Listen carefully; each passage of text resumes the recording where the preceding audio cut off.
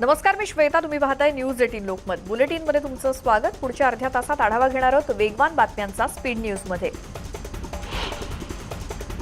मुंबईतील cruise party प्रकरणाला धार्मिक वळण मिळण्याची शक्यता आहे, कारण नवाब मलिकांच्या आरोपांवरती भाजपचे नितेश राणेंनी जोरदार टीका केली. केवळ आर्यनचं आडनाव खान असल्यामुळे त्याला पीडित ठरवण्याचा प्रयत्न केला जातोय. मग सुशांतच्या वेळेस असा आरडाओरडा का केला गेला नाही, असा सवाल नितेश राणेंनी विचारलाय.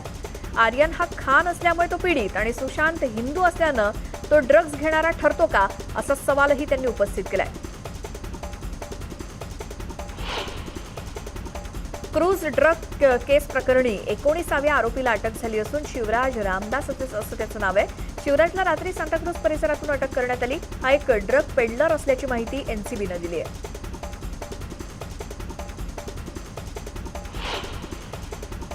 मुंबई पालिकेची आगामी निवडणूक शिवसेना स्वबळावर लढणार असल्याची माहिती शिवसेना खासदार संजय राऊतांनी दिली.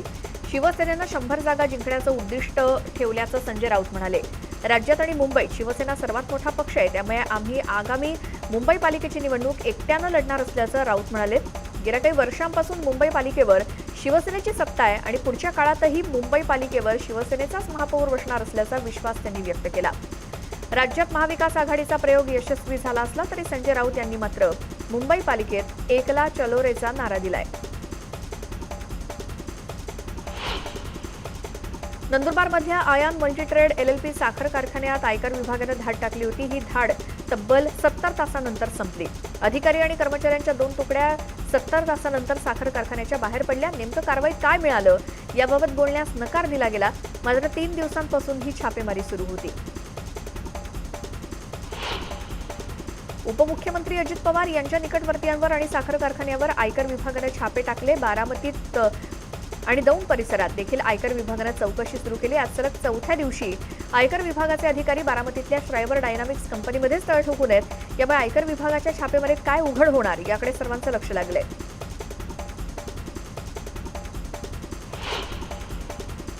उपमुख्यमंत्री अजित पवार आज बारामती दौऱ्यावर आहेत. यावेळी ते कऱ्हा नदी सुशोभीकरणाच्या संदर्भात पाहणी करणार असून विविध विकास कामांचा आढावा घेणार आहेत. तसंच कोरोना संदर्भातील आढावा बैठक उपमुख्यमंत्री अजित पवारांच्या उपस्थितीत होईल. सोमेश्वर सहकारी साखर कारखान्याच्या निवडणुकीकरता वाघळवाडी इथे पवार यांची जाहीर सभा देखील होणार आहे.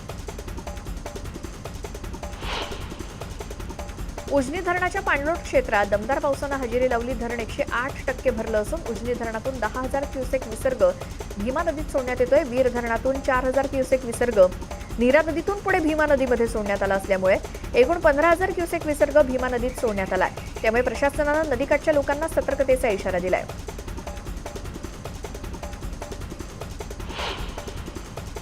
पुणे शहरात काल ढगांच्या गडगडाटासह झालेल्या जोरदार पावसानं पुणेकरांची दाणादाण उडवली. शहराच्या मध्यवस्तीसह उपनगरांना पावसानं झोडपून काढलं. त्यामुळे अनेक ठिकाणी मोठ्या प्रमाणात पाणी साचलं.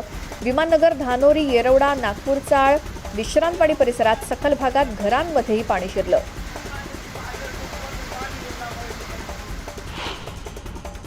पुण्यातील लोहगाव परिसरात काल झालेल्या पावसाचा फटका थेट पुण्याचे पालकमंत्री अजित पवार यांनाही बसला. कारण रात्री 8:30 वाजता लोहगाव विमानतळावरून भोसलेनगर इथल्या आपल्या निवासस्थानाकडे निघालेले अजित पवार तासाभराहून अधिक काळ वाहतूक कोंडीत अडकले होते.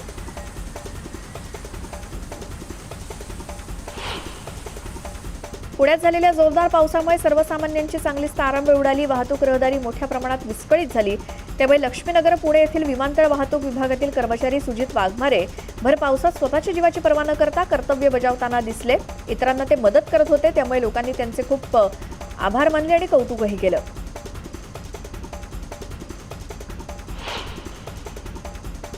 मावळमध्ये पावसानं चांगलंच थैमान घातलं. संध्याकाळी 7 वाजता सुरू झालेल्या पावसानं तुफान बॅटिंग केली. मग पावसाचा जोर ओसरला, पण संततधार होतीच. त्यामुळे अनेक सखल भागात पाणी साचलं.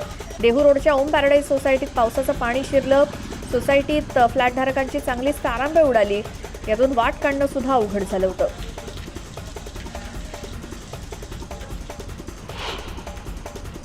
उजनी धरणाच्या पाणलोट क्षेत्रात मोठ्या प्रमाणात पाऊस झाला. त्यामुळे धरण 108% भरलंय. उजनी धरणातून 10,000 क्युसेक विसर्ग भीमा नदीत सोडण्यात आलाय, तर वीर धरणातून 4,000 क्युसेक विसर्ग नीरा नदीतून पुढे भीमा नदीमध्ये सोडण्यात आलाय. त्यामुळे एकूण 15,000 क्युसेक विसर्ग भीमा नदीत सोडला गेलाय. त्यामुळे प्रशासनानं नदीकाठावरील नागरिकांना सतर्कतेचा इशारा दिलाय. बीड जिल्ह्यात विजांच्या कडकडाटासह मुसळधार पाऊस झाला. इथे वीज पडून एकाचा मृत्यू झाला तर 4 जण जखमी झाले. पाटोदा तालुक्यातील मिसाळवाडीमध्ये वीज पडून 16 वर्षीय मुलाचा मृत्यू झालाय. शिवराज चव्हाण असं मृताचं नाव आहे. दुसरीकडे काना लक्ष्मीपूर येथील गायीच्या अंगावर वीज पडली, यात गायीचा मृत्यू झालाय तर बेदरवाडी इथे वीज पडून 2 म्हशींचा मृत्यू झाला.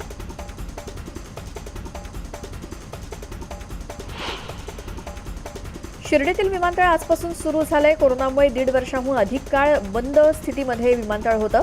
साईबाबांचं मंदिर खुलं झाल्यानंतर विमानसेवा सुरू होणं गरजेचं होतं. त्यामुळे आता विमानतळ विकास प्राधिकरणानं हे विमानतळ नागरिकांसाठी खुलं करण्याचा निर्णय घेतला. शिर्डी विमानतळावर सुरुवातीला दिल्ली, हैदराबाद आणि चेन्नई या ठिकाणांसाठी विमानं असतील. त्यानुसार विमानांचं वेळापत्रक सुद्धा जाहीर करण्यात आलंय.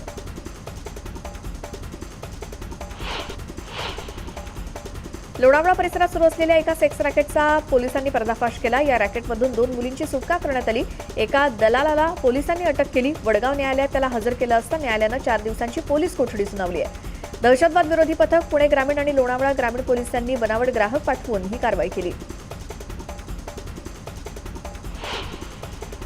धुळ्यामध्ये मुंबई आग्रा महामार्गावर अंमली पदार्थांची अवैधरित्या होणारी तस्करी उघडकीस आणण्यात आली. मुंबई आग्रा महामार्गावर सापळा रचून पोलिसांनी सुमारे अर्धा किलो ब्राऊन शुगर जप्त केली तर दुसऱ्या कारवाईत सुमारे 50 किलो गांजा जप्त केलाय.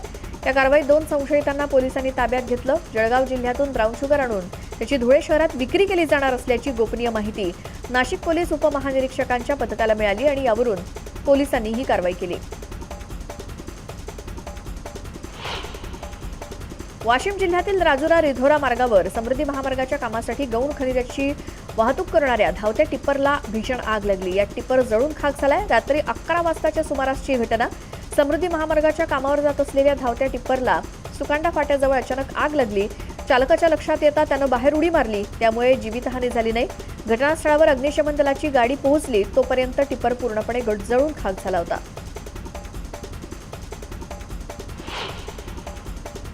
ऐन पावसाळ्यात रत्नागिरी जिल्ह्यातील कुडावळे आदिवासी वाडीतील ग्रामस्थांना पाण्यासाठी वणवण भटकावं लागतंय. रत्नागिरी जिल्ह्यातील कुडावळे आदिवासी वाडी 150 घरांची लोकवस्ती एकूण आणि या लोकवस्तीला तीव्र पाणी टंचाईला सामोरं जावं लागतंय. पाण्यासाठी 4 ते 5 किलोमीटर पायपीट करावी लागते.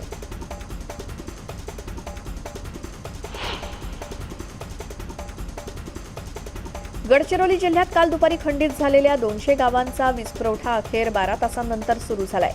आलापल्ली ते सिरोंचा या 66 केव्ही मेन लाईनमध्ये बिघाड झाल्यामुळे दुपारी 3 वाजता वीजपुरवठा बंद पडला होता आणि सिरोंचा तालुक्यासह अहेरी तालुक्यातील 200 गावं अंधारात बुडली होती. न्यूज 18 लोकमतनं ही बातमी दाखवल्यानंतर जिल्हाधिकारी संजय मीना यांनी गंभीर दखल घेतली आणि कुठल्याही परिस्थितीत ही दुरुस्ती करण्याचे आदेश दिले आणि अखेर 12 तासांनंतर वीजपुरवठा सुरळीत झाला. नवी मुंबईतल्या वाशे सेक्टर 19 येथील 20 मीटर लांब फुटपाथ तब्बल 10 फूट खाली कोसळला. त्यामुळे एक मोठा अपघात झाला.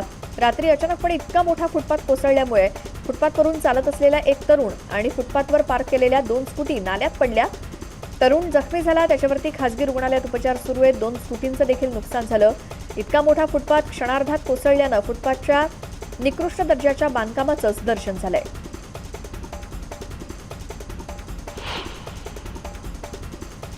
देशभरात गेल्या 24 तासात 18,166 नव्या रुग्णांची नोंद झाली तर 23,624 रुग्णांनी कोरोनावर मात केली. दिवसभरात कोरोनामुळे 214 रुग्णांचा मृत्यू झालाय.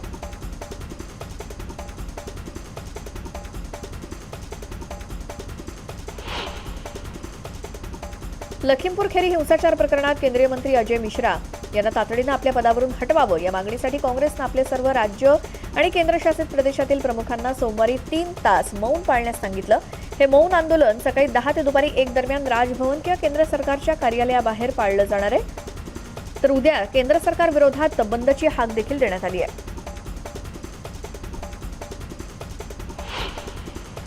क्राईम ब्रांचनं MOS होम अजय मिश्रा टेनीचा मुलगा आशिष मिश्राला त्याच्या कार्यालयातून अटक केली. लखीमपूर हिंसाचार प्रकरणी त्याला अटक करण्यात आली आहे. त्याला न्यायालयासमोर हजर केलं जाईल असं DIG उपेंद्र अग्रवाल यांनी सांगितलं.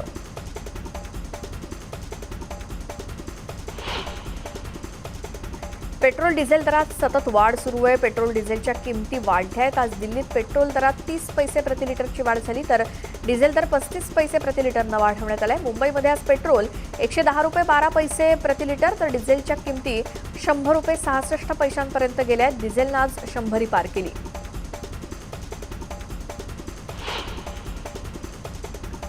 भारत आणि चीन यांच्यात पूर्व लडाखमधील सैन्य माघारीच्या मुद्द्यावर लष्करी पातळीवर चर्चेची 13वी फेरी होणार आहे। सकाळी 10:30 वाजता पूर्व लडाखमध्ये चीनच्या बाजूला असलेल्या मोल्दो इथे ही चर्चा होईल। तर सैन्य माघारीची प्रक्रिया वेगानं व्हावी अशी भारताची अपेक्षा असून देप्सांग आणि डेमचोक इथे चीननं सैन्य माघारी घ्यावं यासाठी आग्रह धरला जातोय। 31 जुलै रोजी चर्चेच्या 12व्या फेरीत गोगरा इथून सैन्य माघारीच्या मुद्द्यावरती यश आलं होतं। या भागात शांतता प्रस्थापित करण्यासाठी ही माघार महत्त्वाची होती।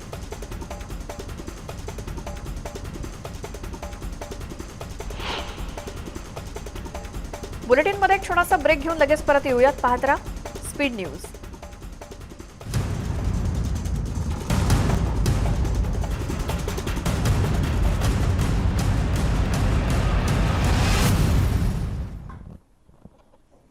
ब्रेकनंतर बुलेटिनमध्ये तुमचं स्वागत। पुन्हा पाहूयात स्पीड न्यूज। केंद्रीय परराष्ट्र मंत्री एस जयशंकर हे आजपासून 3 देशांच्या दौऱ्यावरती असणार आहेत। रविवारी 10 ऑक्टोबर ते बुधवार 13 ऑक्टोबर दरम्यान एस जयशंकर अनुक्रमे किर्गिस्तान, कझाकिस्तान आणि आर्मेनिया या देशांना भेटी देतील। जयशंकर यांच्या दौऱ्यामार्फत भारताच्या 3ही देशांशी असलेल्या द्विपक्षीय संबंधातील प्रगतीचा आढावा घेतला जाईल।